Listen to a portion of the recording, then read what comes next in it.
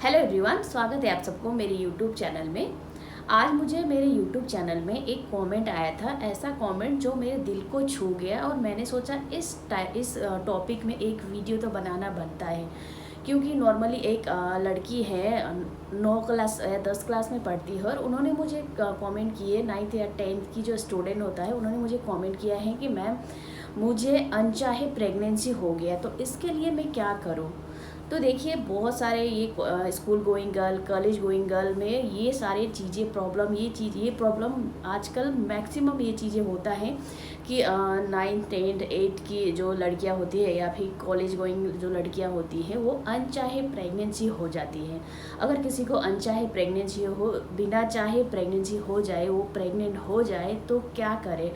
उनको ये बहुत ही बड़ी टेंशन हो जाती है कि हम प्रेग्नेंट अभी होना नहीं चाहते। वो ना मेंटली प्रिपेयर होते हैं ना फिजिकली प्रिपेयर होते हैं, इसलिए उनको ये परेशानी होती है कि हम प्रेग्नेंट हो गए, हम कैसे बताइए, घर वालों को कैसे बताएं। पर सबसे बड़ी मुसीबत तो ये होता है कि हम ये चीज़ घर वालों को कैसे बताएं। और समाज में जो कवारी लड़कियाँ प्रेग्नेंट होती हैं वो तो आप समझ ही सकते हो कैसा होता है उनका हालत।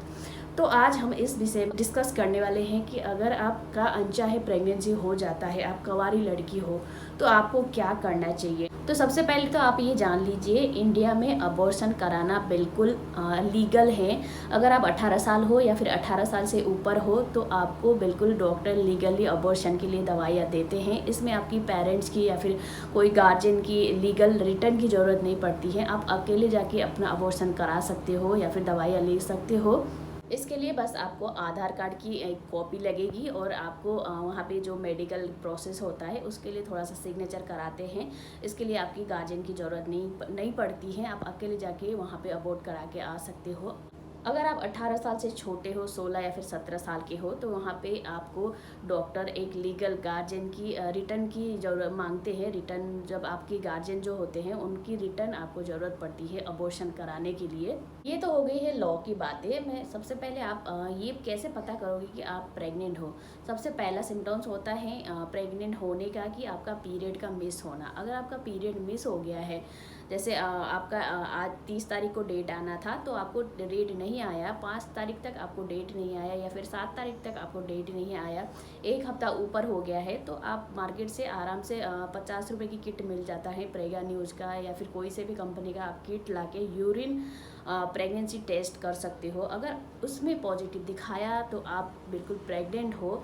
उसमें 2 टाइप का लाइन आता है, एक तो हल्का लाइन भी आ सकता है, हल्का पिंक लाइन आया तो भी आप प्रेग्नेंट हो सकते हो, और एक गाढ़ा आया तो आपकी प्रेगनेंसी ज़्यादा टाइम का होता है। तो इसलिए आप वो सिंपल सा अगर आप पीरियड मिस होने के बाद सिंपल सा 50 रुपये की प्रेगनेंसी किट ला के घर पे चेक करते हो तो आपको ये तो पता चल जाएगा कि आप प्रेग्नेंट हो। प्रेगनेंसी किट से चेक करने के बाद आपको ये तो पता चल जाएगा कि आप प्रेग्नेंट हो।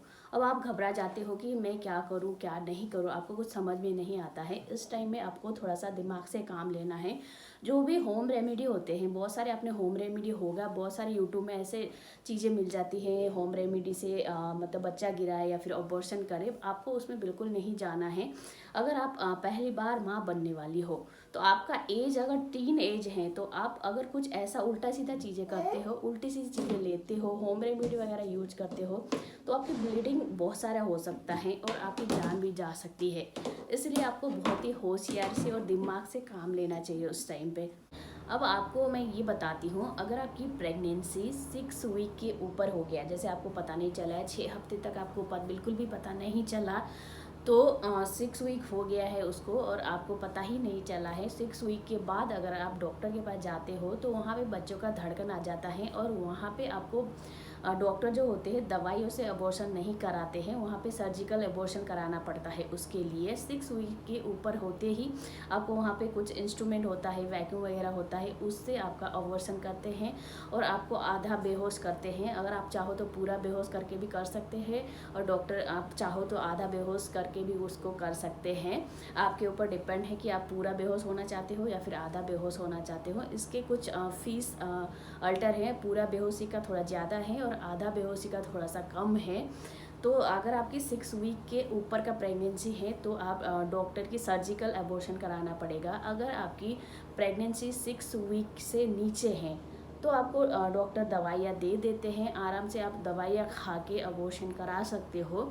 6 वीक से नीचे का बच्चा है तो आप आराम से अबॉर्शन किट जो मिलता है 5 गोलियों का एक सेट आता है, डॉक्टर आपको अच्छे से समझा देते हैं इस तरीके से इसको खाना है। तो आप उस गोली को लेते हो तो आपकी ब्लीडिंग चालू हो जाती है और आपकी मांस के टुकड़े जैसे निकलना चालू हो गया, बहुत सारे मांस के छोटे छोटे टुकड़े टुकड़े निकल गए हैं, तो आपकी सक्सेसफुली अबॉर्शन हो गया है। अगर आप दवाइयों से प्रेगनेंसी अबॉर्शन कराते हो तो 8 से 10 दिन तक ब्लीडिंग होना बिल्कुल नॉर्मल माना जाता है। अगर 10 दिन के बाद भी आपको बहुत सारा कंटिन्यू ब्लीडिंग हो रहा है तो आपको डॉक्टर के पास जाके एक बार वापस सोनोग्राफी करानी पड़ेगी।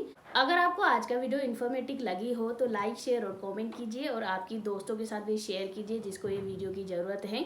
फिर मिलती हूँ अगले वीडियो में, तब तक के लिए बाय बाय।